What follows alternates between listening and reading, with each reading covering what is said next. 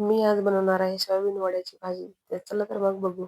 त्यासाठी मी सोयाबीन वडे घेतलेले आहे आणि जिरे, मोहरी, हळद, शेंगदाण्याचं पीठ आणि अंबारी मसाला, मीठ आणि मॅगी मसाला, मिरची, कोथिंबीर, कांदा, लसण आणि सोयाबीन वड्यामध्ये पाणी टाकायचं आहे आणि याला छान उकळून घ्यायचं आहे.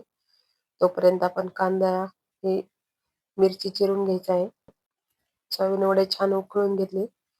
तर याला थंड पाण्याने थोडंसं धुवून घ्यायचं आहे.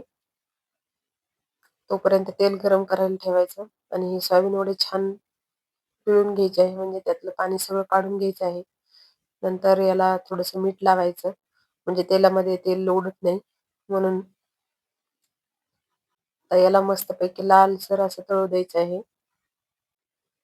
मस्तपैकी असे वडे तळून घ्यायचे. छान झालेले आहे. तर त्याच कढईत मी तेल थोडंसं टाकलेलं आहे आणि मोहरी, जिरे, मिरची मिरची अशी लांब कापून घेतली आहे आणि थोडी मीठ, लसण बारीक करून घेतलेला आणि कांदा सगळं काही छान परतून घ्यायचं आहे. कांदा लालसर होईपर्यंत परतून घ्यायचा. नंतर हळद, अंबारी मसाला आणि मॅगी मसाला टाकून घ्यायचा आणि शेंगदाण्याचं पीठ, कोथिंबीर सगळं काही टाकून घ्यायचं. सगळं काही मिक्स करून घ्यायचं आणि एक वाफ येऊ द्यायची. तर आपली भाजी तयार. बाय.